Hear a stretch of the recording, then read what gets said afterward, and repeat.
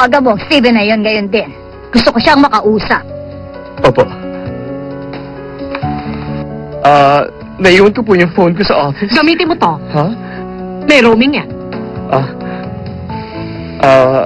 Ano po kasi... Sabihin mo ang totoo! Hindi ko po pwedeng gawin yan. Sabihin mo. Pero sisisantahin po ako ni Director. Eh kung ako ang gumawa nun, Chairman, kasama po niya si Miss Ana. Magkasama pala sila ni Ana. kung ganun totoo ang mga sinabi ni Dylan. Ha? Totoo pa lang, pinapirma niya sa divorce agreement si Cindy para pagkapanganak niya, mapilitan siyang iwan ang anak niya. At para makasama niya si Ana ngayon, pinilit niyang bumalik si Cindy sa diyang mo. Totoo ba? Opo, totoo po lahat yun. Naku, Mami! Huwag po kayo magalit! Chairman? Baka kung paano kayo? Hindi ako makapaniwala na magagawang magsinungaling sa akin ni Steven. Hinihiling ko sa inyo mga ninuno namin. Protektahan po ninyo si Cindy. Paano ko haharapin ang pamilya niya kapag may masamang nangyari sa kanya?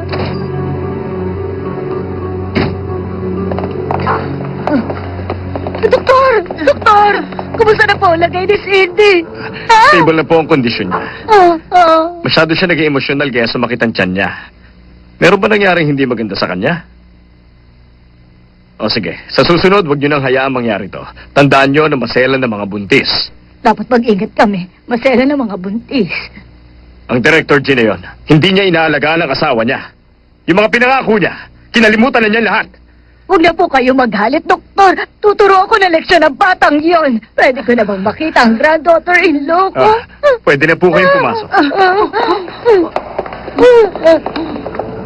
Teka, dito lang kayo. Masama para sa buntis sa ma-stress. Okay? Sabi ko. My love so sweet kapag ka...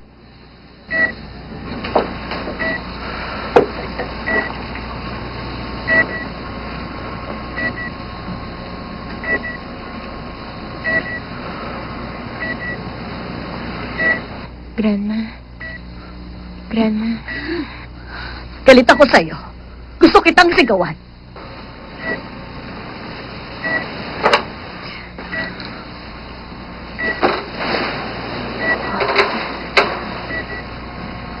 Sorry po, Grandma. Hindi ko iningatan ang anak ko. Hindi lang ang anak mo ang pinabayaan mo. Pati sarili mo hindi mo iningatan. Nung pinapirma ka ng asawa mo sa divorce agreement, bakit hindi mo yun pinaalam sa akin? Bakit ka naglihim kay Grandma? Dahil ba hindi ka naniniwala mapoprotektahan kita? Kala mo tinanggap kita sa pamilya namin dahil dala mo ang apo ko sa tuhod? Ay, Cindy, ikaw na bata ka. Tinanggap kita dahil gusto talaga kita. Dahil mabait ka, maalalahanin at mapagmahal. Pag iniwan ko si Steven sa pangangalaga mo, wala na akong kinakailangang alalahanin pa, iha. Pero natanggapin kita, hindi ko naisip. Hindi ko naisip na pahihirapan ka ng gusto ng apo ko. Tama na po. Grandma, tama na. Huwag na kayong umiyak. Hindi po ako nahihirapan. Cindy, sa simula pa lang tinuring na kita na parang tunay na apo ko. Kung nagpakasal ang apo ko, tapos pinilit siyang iwan ang anak niya pagkatapos niyang manganak, hindi ko mapapatawad ang gumawa nun sa kanya. Gagawin ko ang lahat para magbayad ang taong yon. Tama na. Huwag na po kayong umiyak, Grandma. Nangako ako sa harap ng mama mo na aalagaan kitang mabuti. Pero tingnan mo ang nangyari sa'yo ngayon. Paano ko paharapin ang mama mo? Hindi mo to dapat inilihim sa akin. Hindi. Hindi dapat. Hindi dapat. Para hindi ka nahirapan ng ganito. Tama na po. Tama na, Grandma. Huwag na po kayong umiyak. Ito po. Tama na po. Grandma, hindi po ganun ang nangyari. Huwag na po kayong umiyak, ha? Nagpapasalamat ako dahil mabait kayo. At ganun din po si Steven. Ano bang sinasabi mo? Kung totoo nga yan, bakit wala siya rito sa tabi mo? Ha? Bakit si Ana ang kasama niya? Grandma, hindi po siya masama. Ang totoo, napakahalaga po ni Ana para kay Steven. Kung paghihiwalayin natin sila, masasaktan po siya ng gusto. Ano naman ang damdamin mo para sa kanya? Hindi ka ba nasasaktan? Kahit na nagpakasal kayo dahil sa bata, dapat tinanong kita kung anong tunay mong nararamdaman, Iha. Ngayon, hindi. Sabihin mo sa akin, magmula nang makasama mo si Steven, wala ka bang naramdamang espesyal para sa kanya? Cindy, magsabi ka ng totoo. Mahal mo ba si Steven?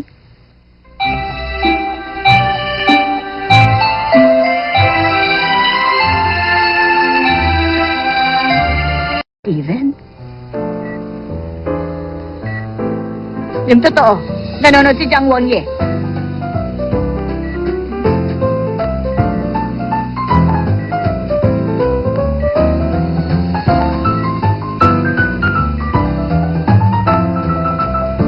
O galing, kung gano'n, hahanapin ko na siya.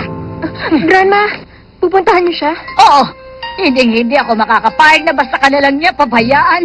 At ang magiging anak niyo, hindi ko hahayaang gawin niya yon. Sandali lang po, Grandma.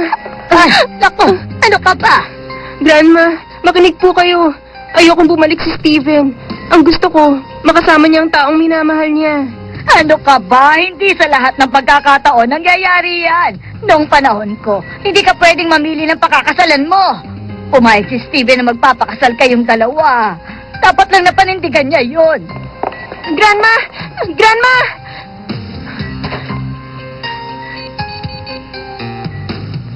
Hello? Anson, meron tayong problema.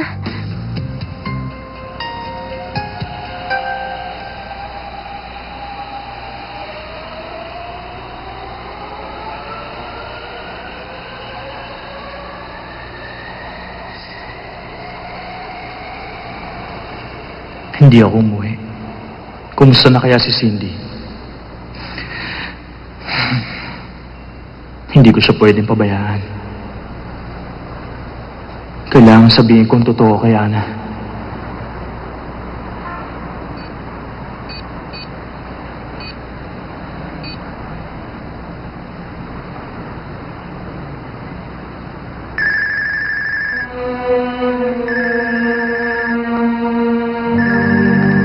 Morning!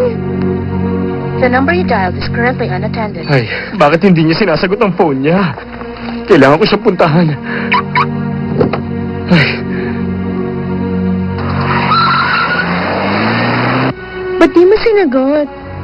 Wala lang yan. Hindi importante. Ako lang ba, Steven? Ang number 1 sa puso mo? Oo naman. Ikaw ang pinakamahalaga para sa akin. Wala nang iba pa. Anong iniisip mo? Lagi kang nandito pag may problema ka. Ano nangyari? Ana, may sasabihin ako sa'yo. Tungkol sa mga nangyari sa akin nung wala ka. Gusto kong malaman mo na hindi ko yon sinadya. Sana paniwalaan mo ako. Sino kayang tao? Teka, titingnan ko lang.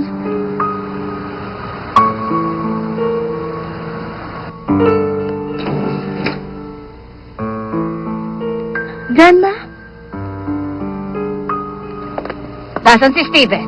Si Steven? Steven! Ah, Steven! Steven! sorry po kung hindi ko muna kayo binisita. Steven! Paano nyo nalamang nandito ako? Grandma! Grandma! Mali po ang iniisip niyo. Cindy? Kung ganun, ikaw ang nagsabi. Hindi ba nangako tayo sa isa't isa? Pero bakit mo